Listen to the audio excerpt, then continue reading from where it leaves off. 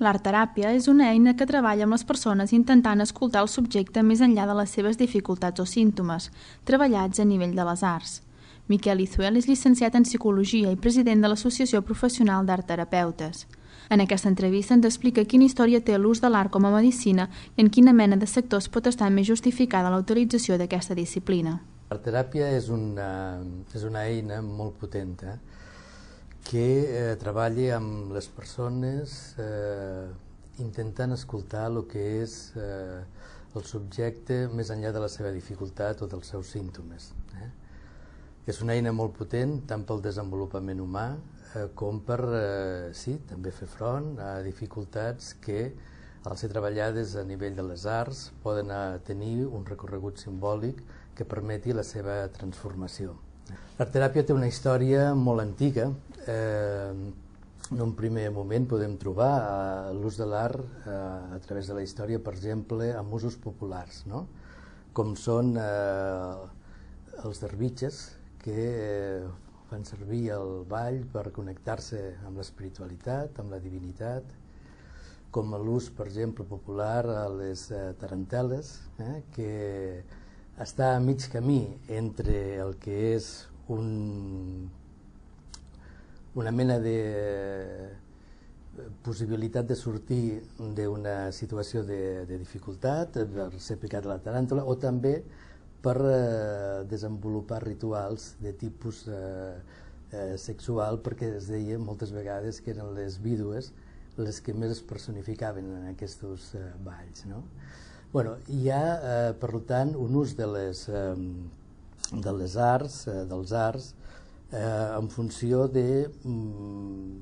d'una possibilitat de canvi, d'una possibilitat de transformació.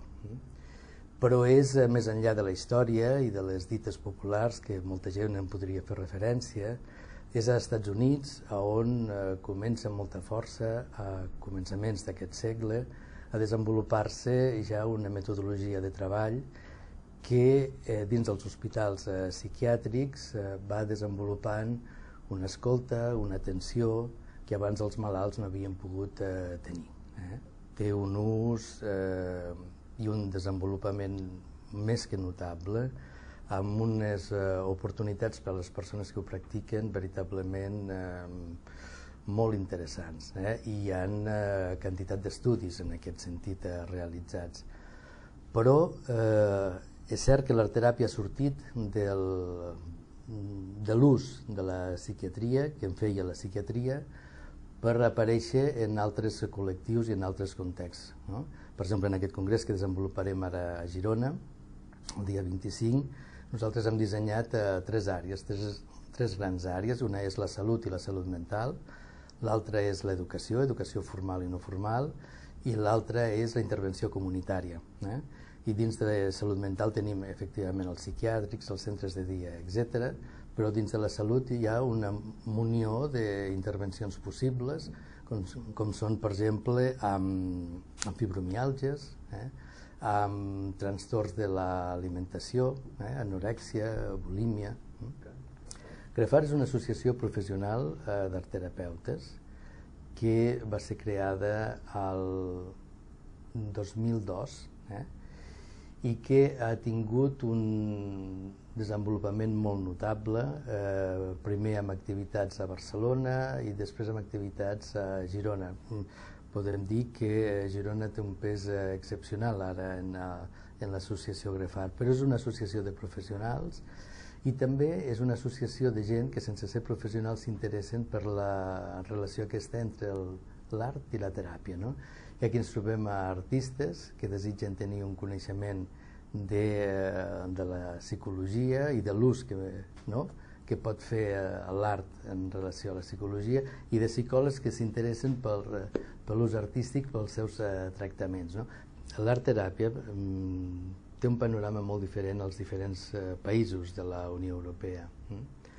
Per exemple, a Anglaterra està integrat amb el Sistema Nacional de Salut, amb un estatut propi, i a França està molt disgregat. Hi ha moltes associacions que no es fiquen pas d'acord amb anar junts de la mà. Hi ha models unificadors, el qual és una garantia per donar a conèixer el que és el camp de l'art teràpia i per salvaguardar els drets de les persones que n'han de fer ús.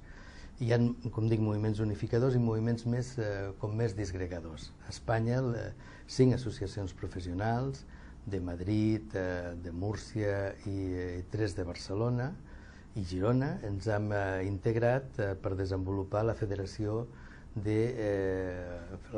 Espanyola d'Associacions Professionals d'Art Teràpia. Això és un moviment que ja compta amb 3 anys, que l'estem instaurant, perquè no és fàcil ficar d'acord a diferents associacions professionals, però crec que hem reeixit força bé d'aquest repte i ara, amb aquest congrés que es farà, que és el primer que organitza la federació, doncs es constituirà també la federació com a tal i serà un moviment unificador, que vetllarà per donar a conèixer l'art teràpia, perquè no hi hagi intrusisme professional i perquè les persones que en tinguin menester puguin rebre els serveis amb la millor qualitat possible.